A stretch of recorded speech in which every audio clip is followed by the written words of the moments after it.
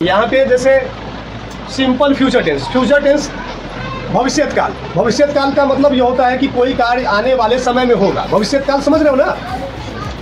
वर्तमान काल का मतलब है जो समय अभी चल रहा है, ठीक है। जो समय बीत गया वह भूतकाल हो गया, लेकिन जो आने वाला समय होगा वो भविष्यत काल होगा, ठीक है। तो भविष्यत काल के लिए हम लोग सिंपल फ्यूचर टेंस यूज करते हैं। समान यहाँ पे सिंपल फ्यूचर टेंस है सामान्य वर्तमान काल, जिसमें गा गे गी रहेगा लिखा हुआ। हिंदी के वाक्यों में गा गे गी लिखा रहेगा। जैसे मैं खाऊंगा, तुम खाओगे, हम लोग जाएंगे, वे लोग पढ़ेंगे, तो गा गे गी लिखा हुआ होगा, ठीक है।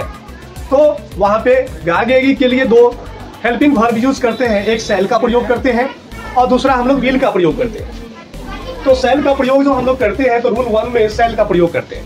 रूल 1 क्या है? आई और वी के साथ, मतलब first person singular and first person plural subject के साथ आई और वी के साथ सेल का यूज करना है। आई और वी के साथ सेल यूज करेंगे, उसके बाद में आपको V1 यूज करना है। That is the base form of the verb, that is the very beginning form of the verb. तो वर्ब की पहली अवस्था का यूज करना है, V1 यूज करेंगे। उसके बाद अगर ऑब्जेक्ट है तो आपको ऑब्जेक्ट लिखना है, नहीं है तो कोई बात नहीं, फुल स्टॉप तो आपको at the end of sentence apply करना ही होगा। I shall play, it is correct. We shall dance, it is also correct. We shall play, it is also right. We shall play, it is also right. After I और we have to use shall. I और we के साथ हमें shall use करना है। लेकिन अगर हमने गलती से V2 यूज कर दिया या V3 यूज कर दिया, V4 यूज कर दिया या V5 यूज कर दिया, तो क्या होगा? तो हमारा सेंटेंस गलत हो जाएगा, क्योंकि we have to use V1 after shall और विल। सेल के बाद में क्या करना है? V1 यूज करना है। हमने गलती से V2, V3, V4, V5 कोई भी यूज कर दिया तो ये 100% है कि हमारा सेंटेंस गलत हो जाएगा। हमने जानबूझ के लिखा आई सेल प्लेड, ये V3 लिख दिया, गलत हो गया। आई सेल प्लेइंग, V4 लिख दिया, ये भी गलत हो जाएगा। आई सेल प्लेज, V5 लिख दिया, ये भी गलत हो जाएगा।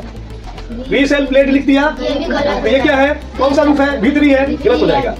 वी सेल प्लेइंग, तो यहाँ पे हमने V4 लिख दिया, ये भी गलत हो जाएगा। और यहाँ पे क्या किया? वी सेल प्लेस, तो यहाँ पे हमने V5 लिख दिया, तो ये भी गलत हो जाएगा। कहने का मतलब है कि आई और वी के साथ हमने सेल यूज किया तो सेल तक तो हम ठीक है।